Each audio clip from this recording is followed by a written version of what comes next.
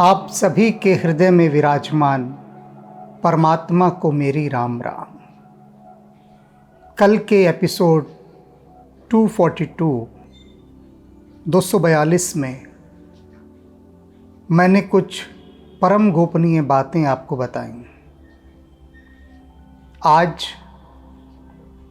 कुछ गहरी बातें, बहुत गहरी बातें भगवान वाल्मीकि आपको बताएंगे। लेकिन अभी हम पुनः लौटते हैं भगवान राम, लक्ष्मण और सीता के पास, जो अभी वनों में यात्रा कर रहे हैं। उनके साथ हमें यात्रा में ही रहना है। और ये बात आप जान लीजिए, मैं सत्य कह रहा हूँ। यदि आप इस व्याख्यान के माध्यम से इस यात्रा में साथ रहे तो एक दिन ऐसा अवश्य आएगा कि आपके स्वप्न में राम, लक्ष्मण और सीता आपको दिखाई देंगे और तुलसीदास जी की वह बात सार्थक हो जाएगी कि आपको उस परम धाम तक जाने का मार्ग दिखाई दे जाएगा। थोड़ा धैर्य, तपस्या, साधना, सब कुछ चाहिए। सब कुछ, जल्दबाजी से कुछ नहीं मिलेगा। थोड़ा तपना पड़ेगा, साधना पड़ेगा। तो अब हम लौटते हैं उसी ही काल में।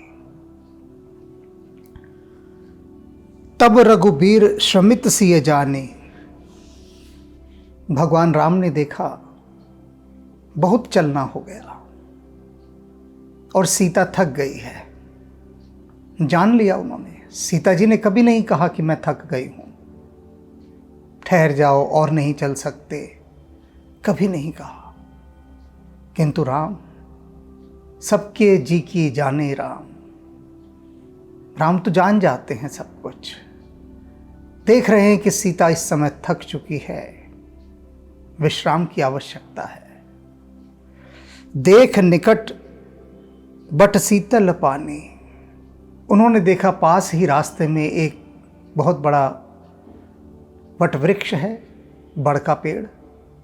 उसके पास ही एक सरोवर है, पवित्र जल है उसमें। और प्रभु राम ने उसी स्थान पर ठहरने का निश्चय किया विश्राम के लिए। तब रघुबीर श्रमित सिय जानी। देख निकट बट शीतल पानी। तहाँ बस कंद मूल फल खाई। वहाँ पर उन्होंने बसेरा किया, ठहरने का निश्चय किया। कंद मूल फल और पानी ये सब पिया। प्रात नहाई चले रघुराई। रात भर वहीं उसी वट वृक्ष के नीचे उन्होंने विश्राम किया, शयन किया। सुबह उठे, स्नान किया और आगे की यात्रा की। थोड़ा हम भी ठहरते हैं यहाँ पर। ठहर कर छोटी सी एक बातचीत करते हैं। हम सब जहाँ भी कहीं जाते हैं, सबसे पहले अपने रात के ठहरने का इंतज़ाम ज़रूर करते हैं। कोई होटल बुक करते हैं, रिजॉर्ट बुक करते हैं, कहीं धर्मशाला, कोई मित्र का घर, रिश्तेदार का घर, कुछ भी। यानी जब तक ठहरने का कोई पक्का प्रबंध नहीं हो जाता, हम आगे की यात्रा नहीं करते हैं। किंतु यहाँ तो किसी होटल की कोई बुकिंग नहीं है। अगर कोई होटल है भी तो बढ़िया से बढ़िया एक ही होटल है, और वह है किसी पेड़ की छां। पेड़ ही रास्ते के इस समय राम, लक्ष्मण और सीता के होटल बने हुए हैं। वही 5 स्टार होटल है, उन्हीं के नीचे वे ठहरते हैं। ठहराया है मैंने यहाँ कुछ क्षण के लिए, सिर्फ कल्पना करने के लिए, सच में नहीं। कल्पना कर सकते हैं कि आप गए हैं और रात को जंगल में किसी पेड़ के नीचे आप अपनी पत्नी के साथ रात गुजार रहे हैं, ठहरने की कोई व्यवस्था नहीं। कहीं कोई होटल बुक नहीं हुआ तो सोचा चलो चलते हैं किसी पेड़ के नीचे ही रात को सो जाते हैं। नहीं कर सकते ना कल्पना, ना मैं कर सकता ना आप कर सकते, दोनों ही नहीं कर सकते। और राम देखिए, अभी अभी राजमहल से बाहर आए हैं, अभी अभी निकले हैं राजमहल से। कोई अभ्यास नहीं सीता को, जो महारानियों की भी महारानी है वे सीता कैसे पेड़ों के नीचे गुजर बसर कर रही है। और हम लोग क्या कहते हैं कि हमें बहुत दुख दे रहा है राम। रहने के लिए राम ने घर दे दिया, पहनने के लिए वस्त्र दे दिए, खाने के लिए भोजन दे दिया, सब कुछ दे दिया। उसके बाद भी थोड़ी सी दुख तकलीफों में हम कह देते हैं कि राम हमें दुख दे रहा है, हमारी सुनता ही नहीं। राम किससे कहें बताइए? तौलिए अपना और राम का दुख तौल सकते हैं तो राम को कोई दुख नहीं है, लेकिन ये कष्ट सोचिए जरा, तब पता लग जाएगा किस तरह से पेड़ के नीचे रात गुजारी जाती है। ये केवल सुन भर लेकर आगे बढ़ जाने की बात नहीं है। बस एक वाक्य में हम सुन लेते हैं कि राम ने सीता के साथ रात जंगलों में पेड़ के नीचे गुजारी और हम अगली चौपाई पर चल पड़ते हैं। कितना आसान है ना हमारे लिए आगे चले जाना और पूरी रात वहाँ बिता देना, 14 वर्ष जंगलों में बिता देना। ना सोच समझ से पार की बात है। और यहाँ एक बात और, कुछ बुद्धिजीवियों के लिए, अभी एक वैज्ञानिक मेरे पास आए, बहुत ज़्यादा पढ़े लिखे हैं, वैज्ञानिक है तो पढ़े लिखे ही होंगे। वे जब भी आते हैं मेरे से कुतर्क करते हैं, जब भी आते हैं। हिंदू हैं लेकिन राम में दोष खोजते हैं। मुझे कहने लगे कि राम मांसाहारी थे। मैंने कहा अच्छा भाई, तुम्हारे साथ बैठकर खाया होगा तभी तुम बता रहे हो, ऐसा है क्या तुम्हारे साथ बैठ के उन्होंने मांस खाया? वो बोले नहीं, मेरे साथ तो बैठ के नहीं खाया, वे स्वयं मांसाहारी हैं जो मेरे से पूछ रहे थे। तो मैंने कहा फिर तुमसे किसने कहा कि राम मांसाहारी थे? उन्होंने कहा मांसाहारी नहीं थे तो फिर हिरण का शिकार क्यों करते थे? कुतर्क। मैंने कहा हिरण का शिकार वो इसलिए करते थे कि वो योद्धा थे, क्षत्रिय थे, ये उनका एक अभ्यास था। अगर कोई एक व्यक्ति शाकाहारी है और वह डॉक्टर बनने जा रहा है और अपनी पढ़ाई के अंदर उसे जानवरों को चीर फाड़ करके अध्ययन करना है, मनुष्यों को भी चीर फाड़ करके अध्ययन करना है, तो तुम क्या कहोगे कि वह मांसाहारी है, कि वह तो अपनी लेबोरेटरी में चूहे और मेंढक काटता है, तो वह शाकाहारी कहाँ से हो सकता है? राम योद्धा है। जंगलों में राक्षस किस किस तरह से घेर सकते हैं, इसकी प्रैक्टिस करने के लिए, इसका अभ्यास करने के लिए शिकार पर जाया जाता है। क्योंकि जंगल चुनौतियों का असली भंडार है, असली घर है। जिसने जानवरों का शिकार कर लिया वो राक्षसों का भी कर लेगा। और मैंने उनसे कहा किसी भी स्थान पर, किसी ने भी, जहाँ भी राम गए हैं, किसी ने भी ये नहीं कहा कि इस राजा के घर राम गए तो राजा ने उनके लिए स्वागत के लिए मांस पकाया है, मुर्गे या बकरे काटे हैं, ऐसा कुछ नहीं। जहाँ जहाँ वे जा रहे हैं, अब यहाँ भी क्या प्रसंग आया है, तहाँ बस कंद मूल फल खाए, वहाँ पर कंद मूल और फल और पानी पिया। कहीं पर भी ये नहीं हुआ कि राम शिकार करके लाए और सीता से कहा कि ये हिरन लाया हूँ मैं, लो इसे पकाओ, कहीं पर भी नहीं है। जिस जिस गांव में जा रहे हैं, आश्रम में जा रहे हैं, सभी जगह कंद मूल शहद इत्यादि ये राम को दिया जा रहा है। तो कुतर्क करने वाले, केवल बुद्धि से चलने वाले, बस उनको फैशनेबल कुछ न कुछ स्टेटमेंट देनी है, फैशनेबल स्टेटमेंट, और कुतर्क करना है। हमें इन सब चीजों से बचना है, क्योंकि जहां कुतर्क आ गया, तर्क भी आ गया, वहां भक्ति नहीं आ सकती। भक्ति में ना तर्क है, कुतर्क का तो प्रश्न ही नहीं उठ सकता, और भक्ति मार्ग में तो बुद्धि होती ही नहीं, क्योंकि बुद्धि का मार्ग नहीं है भक्ति का मार्ग। भक्ति का मार्ग हृदय का मार्ग है। देखत बनसर सैल सुहाए, बाल्मीक आश्रम प्रभु आए। अब रास्ते के जंगलों को, तालाबों को, पर्वतों को देखते देखते वे भगवान वाल्मीकि के आश्रम में पहुंच गए हैं, राम, लक्ष्मण और सीता। राम देख मुनि बास सुहावन, सुंदर गिरि कानन जल पावन। राम ने देखा कि भगवान वाल्मीकि जहाँ रहते हैं वह बहुत ही सुहावना स्थान है, मनोहर स्थान। सुंदर गिरि कानन जल पावन, सुंदर सुंदर पर्वत है वहाँ पर, बहुत प्यारे वन है, और पावन जल है, मीठा और पवित्र जल। सरन सरोज बिटप बन फूले, और क्या है, जो तालाब हैं उनमें कमल खिले हुए हैं, और वो जो वन हैं भगवान वाल्मीकि के आश्रम के चारों ओर, उनमें जो वृक्ष हैं वो फूलों से लदे हुए हैं। गुंजत मंजू मधुप रस भूले, और जो भंवरे हैं, फूल जब इतने हैं तो फूलों का वो मकरंद पीते हैं, और मकरंद पीकर खूब झूमते हैं, खूब झूमते हैं।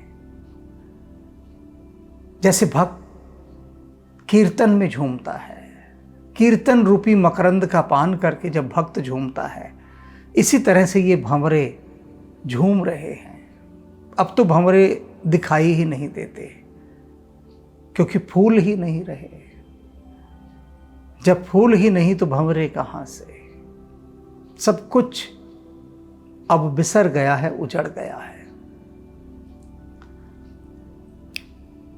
खग मृग विपुल कोलाहल करहीं, और उस आश्रम में क्या था, भगवान वाल्मीकि के पक्षी और पशु बहुत शोर मचा रहे थे, कोलाहल कर रहे थे। अब उनका जो शोर है, इसे शोर नहीं कहा जाता, कलरव, उनकी ध्वनियां सुनाई दे रही थी। विरहित बैर मुदित मन चरहीं, अपने समस्त बैरों का त्याग कर, शत्रुता का त्याग करके वो प्रसन्न मन से वहाँ पर चर रहे थे। पक्षी दाना चुग रहे हैं, पशु चर रहे हैं, सब ने अपना बैर छोड़ दिया है और सब आनंदित हैं। सुच सुंदर आश्रम निरख, हर्ष राजीव नयन। राजीव नयन उस सुंदर आश्रम को देखकर, पवित्र आश्रम को देखकर बड़े हर्षित हुए। कौशल्या भगवान राम को राजीव नयन कहा करती थी, कमल के समान नयन वाले। कमल नयन, राजीव नयन, ये राम के अन्य नाम हैं। कमल के सदृश नयन भगवान राम के। तो तुलसीदास जी ने यहाँ उसी शब्द का इस्तेमाल किया है, भगवान राम के उसी नाम का, राजीव नयन। वे आश्रम को देखकर बड़े प्रसन्न हुए, ऐसे पवित्र आश्रम को देखकर। सुन रघुबर आगमन, मुनि आगे आयन लेन। भगवान वाल्मीकि ने सुना कि भगवान राम पधारे हैं, वे उनको लेने के लिए स्वयं आए आश्रम के द्वार तक। उन तक समाचार पहुंचाया गया कि दशरथ पुत्र राम आए हैं, पर वाल्मीकि तो जानते हैं कि ये कौन है राम, और वाल्मीकि उनको लेने स्वयं द्वार तक आते हैं आश्रम के। मुनि कहूँ राम दंडवत कीन्हा, राम ने मुनि को दंडवत प्रणाम किया, दंडवत प्रणाम, लेट कर नीचे। भगवान वाल्मीकि को ऐसे ही नहीं हाथ जोड़ दिए, भूमिष्ठ हो दंडवत प्रणाम किया। आशीर्वाद विप्रवर दीनहा,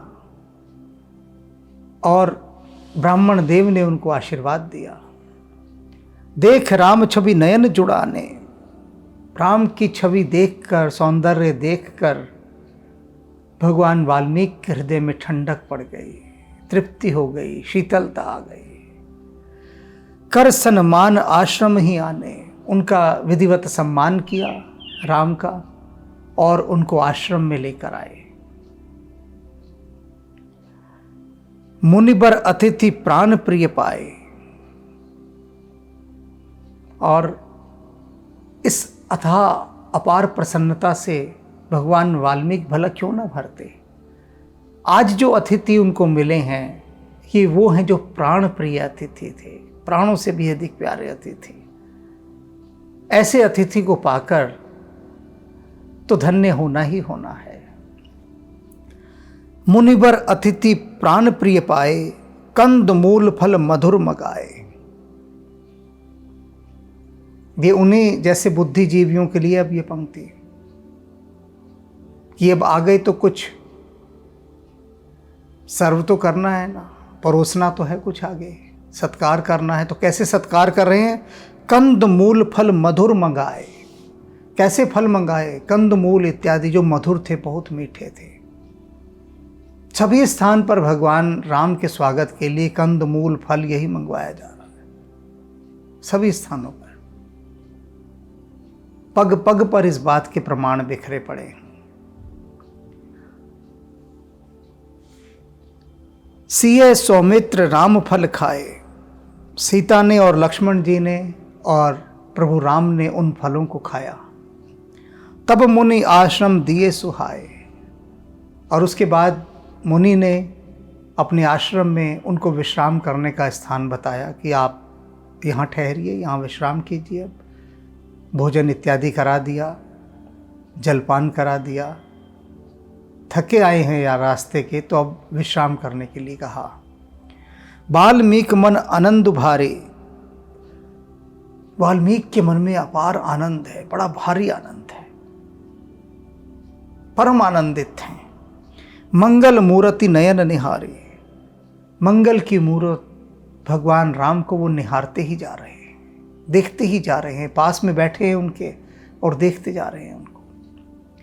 तब कर कमल जोर रघुराई, बोले बचन श्रवण सुखदाई। तब अपने कमल जैसे हाथों को जोड़कर भगवान राम वाल्मीकि जी से क्या कहते हैं? बोले बचन श्रवण सुखदाई। और जो वचन उन्होंने कहे राम जी ने भगवान वाल्मीकि से, बहुत सुखदाई, बहुत सुखदाई, बहुत मधुर वचन। तुम त्रिकाल दर्शी मुनिनाथा।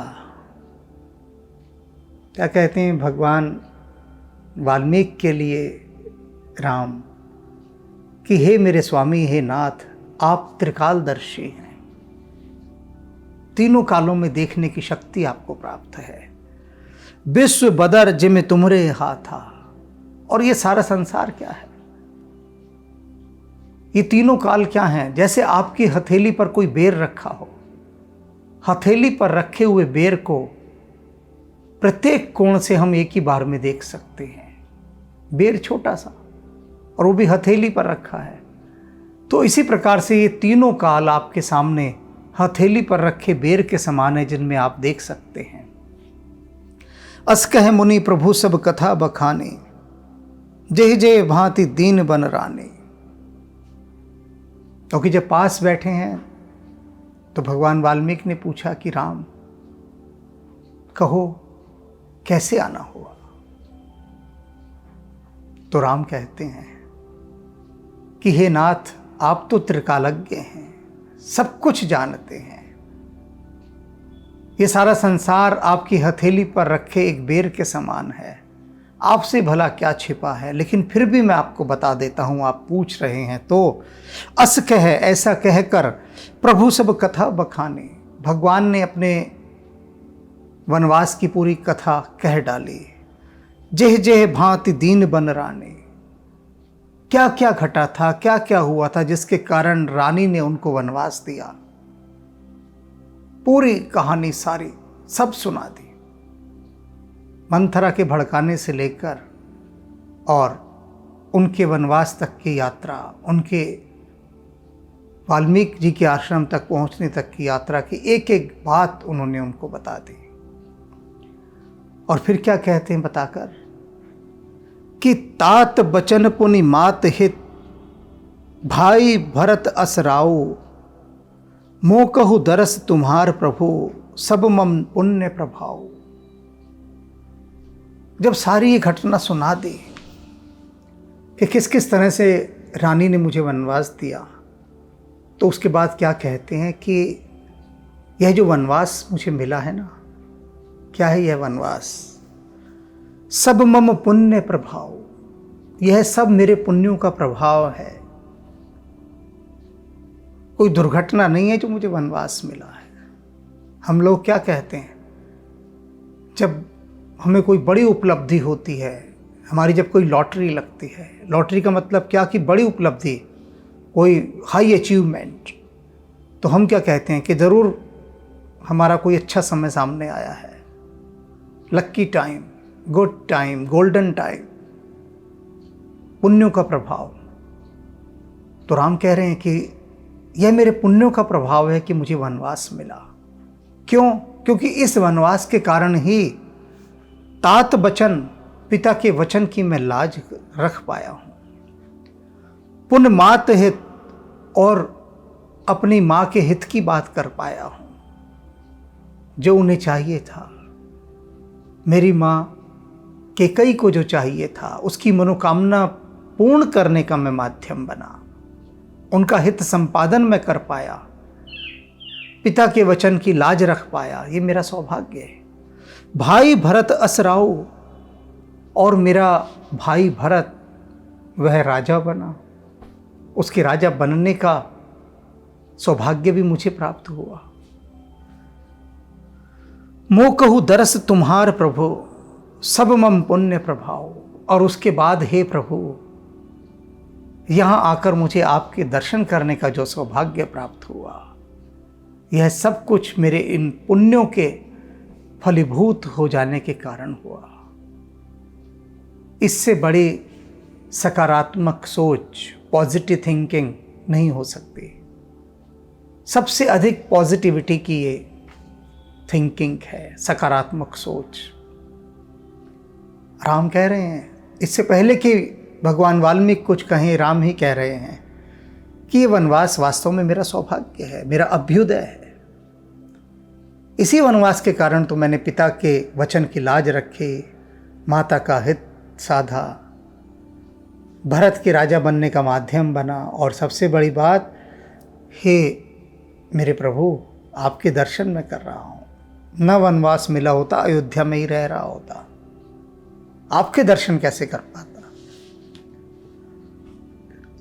राजकाज फुर्सत ही कहाँ देता है, कोई फुर्सत नहीं देता। कहाँ फुर्सत होती है कि निकल कर कहीं जाया जा सके? सिर्फ सरकारी काम ही हो पाते हैं राजकाज करने में। तो राम कह रहे हैं मेरा सौभाग्य है।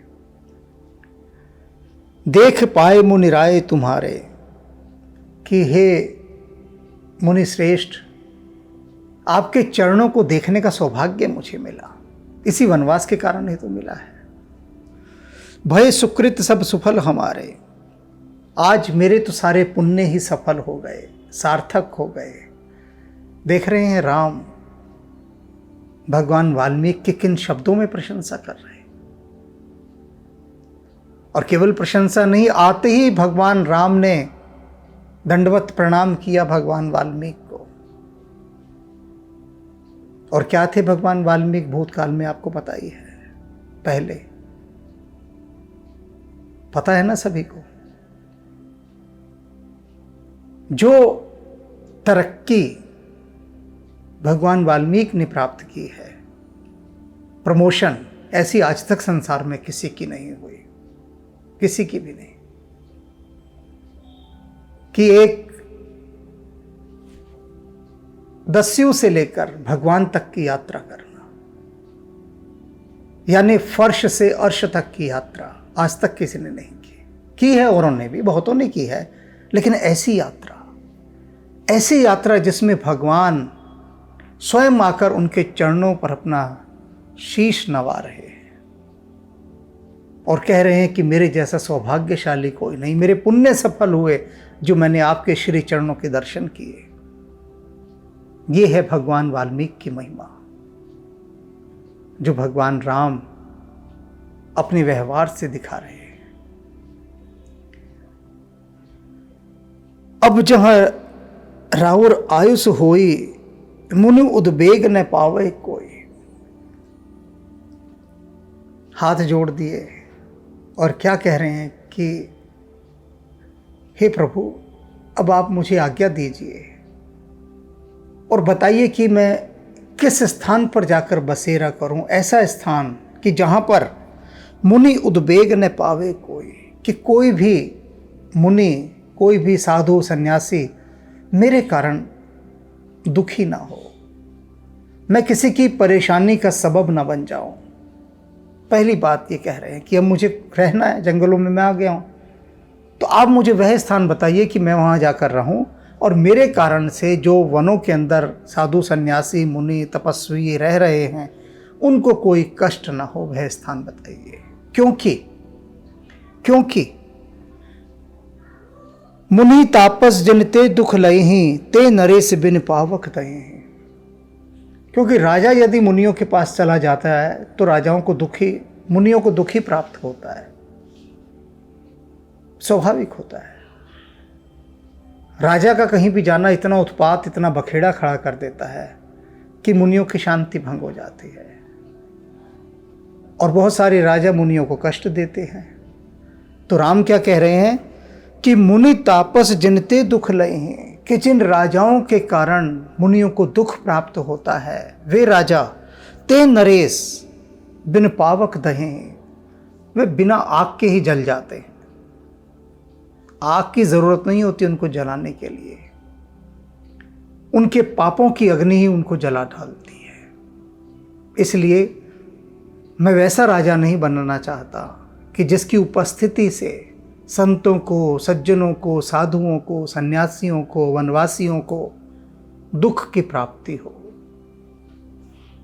मंगल मूल विप्र परितोषो, क्योंकि ब्राह्मण का जो संतोष है, ब्राह्मण की जो प्रसन्नता है वह मंगलमय है। अगर मुझसे ब्राह्मण प्रसन्न होंगे तो इसमें मेरा मंगल है, मेरा कल्याण है। दही कोटिकुल भूसर रोषो, यदि ब्राह्मण रुष्ट हो जाए, नाराज हो जाए, क्रोध हो जाए, कुपित हो जाए तो दैहि कोटि कुल, तो करोड़ों कुलों का नाश हो जाता है, भस्म हो जाते हैं। करोड़ों कुलों तक वो शाप पीछा करता है यदि ब्राह्मण कुपित हो जाए। तो मैं ब्राह्मणों को कुपित नहीं करना चाहता, मैं चाहता हूँ मेरी उपस्थिति से उनका आनंद वर्धन हो, वे सुखी रहें, संतुष्ट रहें, प्रसन्न रहें मुझसे। इसलिए आप मुझे वह स्थान बताइए। अस जिये जान कहिए सोई ठाओ, ऐसा सोचकर, ऐसा विचार करके आप अस जिये जाने, हृदय में ऐसा विचार करके कि मैं ऐसा चाहता हूं, कहिए सोई ठाओ, मुझे वैसा ठाओ, वैसा स्थान बताइए। सिए सौमित्र सहित तह जाऊं, जहां मैं सीता और लक्ष्मण के साथ चला जाऊं, उस स्थान पर। तह रचि रुचिर परंतृणशाला, और वहां जाकर सुंदर फूलों की, घास की, पत्तों की एक कुटिया बना लूं। वास करो कुछ काल कृपाला, और हे कृपा निधान, मैं वहां पर कुछ काल तक निवास करूं, कुछ काल तक। क्योंकि राम के लिए यह आज्ञा थी कि वनवास में वो कहीं भी टिक कर नहीं रहेंगे, थोड़े थोड़े समय बाद वो स्थान बदलते रहेंगे। ये भी एक बहुत बड़ी शर्त थी वनवास की, बड़ी कठोर शर्त। ऐसा चक्रव्यूह था ये वनवास, राम को ऐसे घेरा गया था इसके अंदर से कि बचकर निकलना नामुमकिन। चित्रकूट छोड़ा इसीलिए जंगलों में भी कहीं भी बहुत लंबे समय तक नहीं रहे, स्थान बदलते रहे बार बार, क्योंकि यह वनवास की शर्त थी। कौन देखने आ रहा है वहां शर्त, कौन पूछने आ रहा है? लेकिन नहीं, कोई देखे कोई पूछे, इससे तो राम को कोई सरोकार ही नहीं है ना।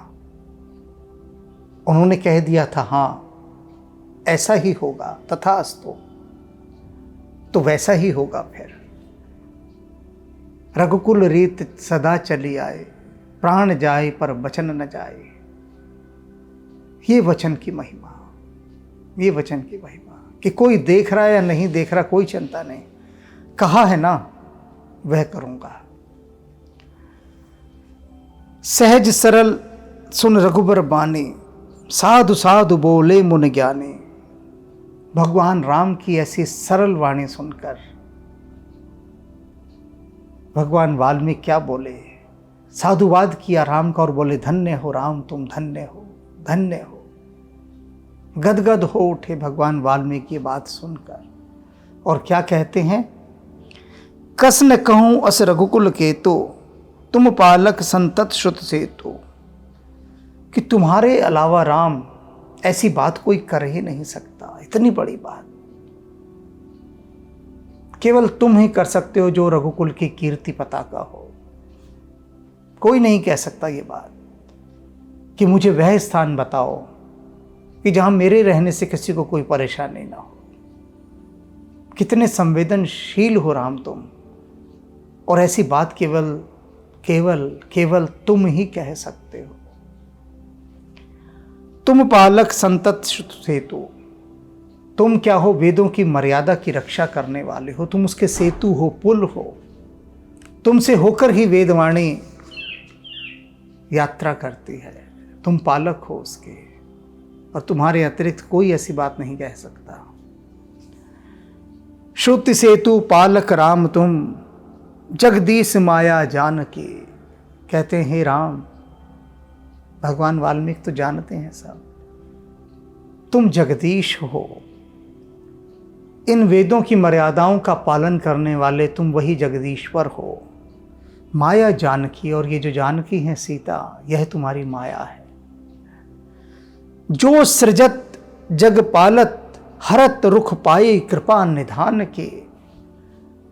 और ये जानकी जी कैसी हैं, जो सृजत, जो आपके रुख को देखकर, आपके इशारों को देखकर, आपकी इच्छा को देखकर रुख पाई, आपका रुख पाकर, रुख देखकर किस तरफ आपका रुख है वही जानकर सृजत जग, संसार का सृजन करती है।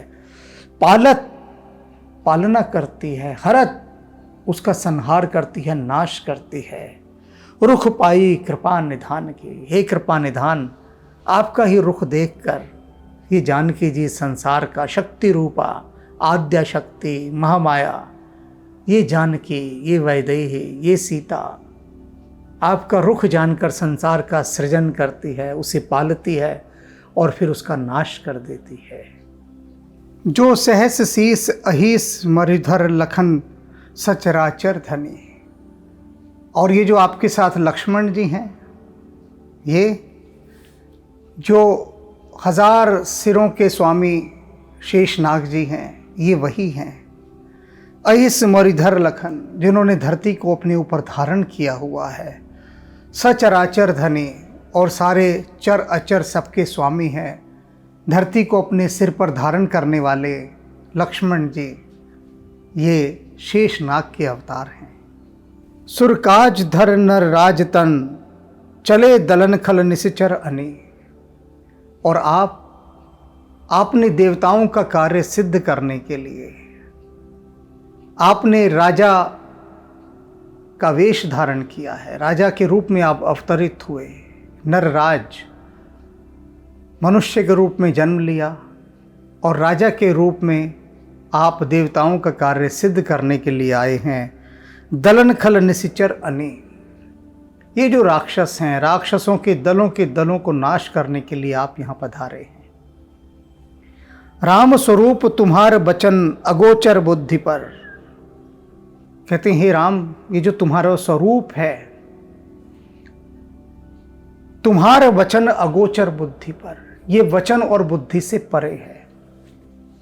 तुम्हारे स्वरूप को न कोई वचन कह सकता है, न यह बुद्धि में समा सकता है। अभिगत, अव्यक्त है ये, अकथ, अकथनीय है, कहा ही नहीं जा सकता।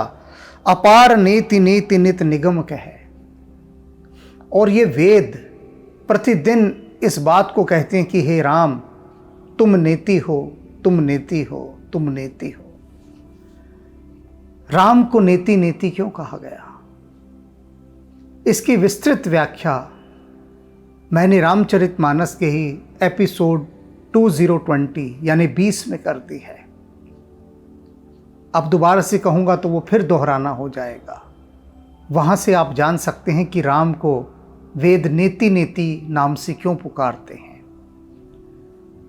तो भगवान वाल्मीकि कह रहे हैं कि हे राम, तुम बुद्धि और वाणी इन सब से परे हो, और वेद भी तुमको नेति नेति कहते हैं। जग पेखन तुम देख निहारे, कहते हैं हे राम, ये सारा संसार जो है ना, ये एक दृश्य है और तुम उसको देखने वाले हो, तुम देखनहारे। इस बात को समझिए ध्यान से। अभी तक आपके ख्वाबों ख्यालों में यह बात नहीं आई होगी, कल्पना में भी नहीं आई होगी जो बात भगवान वाल्मीकि ने इस समय कही है। वे कह रहे हैं राम, तुम देखनहारे हो और ये संसार एक दृश्य है। हम सब ये संसार देख रहे हैं ना, सब कुछ देखते हैं हम, लेकिन भूल, बहुत बड़ी भूल कि हम नहीं देख रहे। हम कहते हैं मैंने वो जगह देखी, मैंने ये देखा, मैंने वह देखा। ना, मैंने कहाँ देखा? हमारे माध्यम से राम देख रहा है। कह रहे हैं ना भगवान वाल्मीकि, हे राम, तुम ही देखनहारे हो, तुम ही तो देख रहे हो, हम थोड़ी ना देख रहे हैं। हम तो कुछ देख ही नहीं सकते। इस भीतर से राम अगर निकल जाए, देख लो ना, फिर बोल लो ना कुछ। जब तक राम है तब तक हम देख रहे हैं, बोल रहे हैं, सांस ले रहे हैं। और राम नहीं तो फिर कुछ नहीं। तो देखने वाला जो है वह व्यक्ति नहीं है, राम देख रहा है। इन सब दृश्यों को राम देख रहा है। हम जो कानों से सुन रहे हैं, राम ही सुन रहा है, हम नहीं सुन रहे।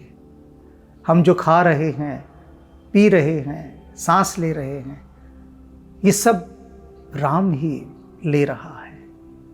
राम ही हमारे अंदर धड़क रहा है। जिस दिन राम सो जाता है, धड़कना बंद कर देता है, उस दिन सारे दृश्य समाप्त, सारे स्वाद बिसर जाते हैं, सुनना खो जाता है, सब कुछ खो जाता है अगर राम न रहे तो भगवान वाल्मीकि कह रहे हैं कि ये संसार एक दृश्य है, हो राम, तुम देखनहार हो। विधिहर शंभु नचावे न हारे, तुम क्या हो? ब्रह्मा विष्णु महेश को नचाने वाले हो। सब ही रचावत राम गोसाई, हे राम, ब्रह्मा विष्णु महेश तक तुम्हारे हाथों की कठपुतलियां हैं, तुम उन्हें नचाते हो। अब यहां वे लोग जाने जो जिद पकड़े रहते हैं, हट करते हैं कि हमें भगवान राम को जानना है, हमें राम को जानना है। पहले वे यह तय कर लें कि ब्रह्मा विष्णु और महेश, इन तीनों के सामने वे कहाँ ठहरते हैं। क्या वे उनकी बराबरी कर सकते हैं, ब्रह्मा विष्णु महेश की? तो वे सब लोग कहेंगे अरे कहाँ, हम तो उनके चरणों की धूल का एक कण भी नहीं। तो फिर अब तुलसीदास जी कह रहे हैं ना कि ब्रह्मा विष्णु और महेश, इन सभी को भगवान राम नचाते हैं। वे इतने पार की चीज हैं। त्यों न जान ही मर्म तुम्हारा, और वे भी आपका मर्म नहीं जान सकते। आज तक ब्रह्मा विष्णु महेश भी आपको नहीं जान पाए हैं। और तुम ही को जान निहारा, तब और कौन आपको जान सकता है? और कोई नहीं जान सकता।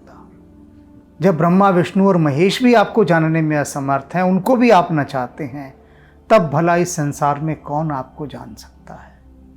ये बात भगवान वाल्मीकि राम के लिए कह रहे हैं, राम को देखकर कह रहे हैं, राजकुमार राम को देखकर कह रहे हैं, एक वनवासी राम को देखकर कह रहे हैं, और किसी ने यह बात नहीं कही।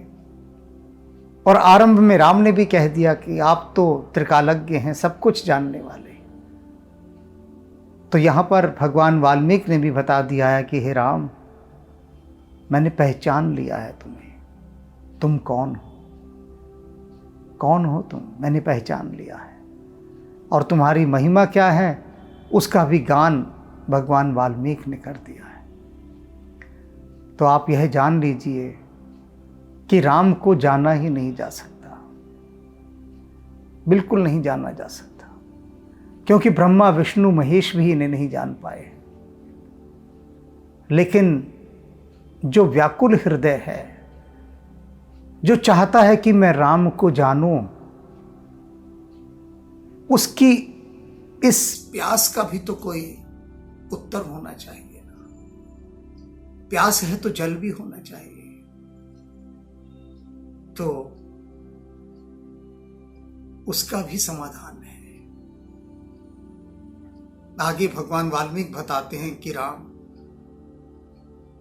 तुम्हें ब्रह्मा विष्णु महेश भी नहीं जान पाते, लेकिन कोई तो है जो तुम्हें जान लेता है, जान पाता है। तो कौन है वो जो तुम्हें जान लेता है? अब इसे जानना है हमें कि कौन है वो जो राम को भी जान लेता है। आज इतना ही, कल जानेंगे कि कौन है वह।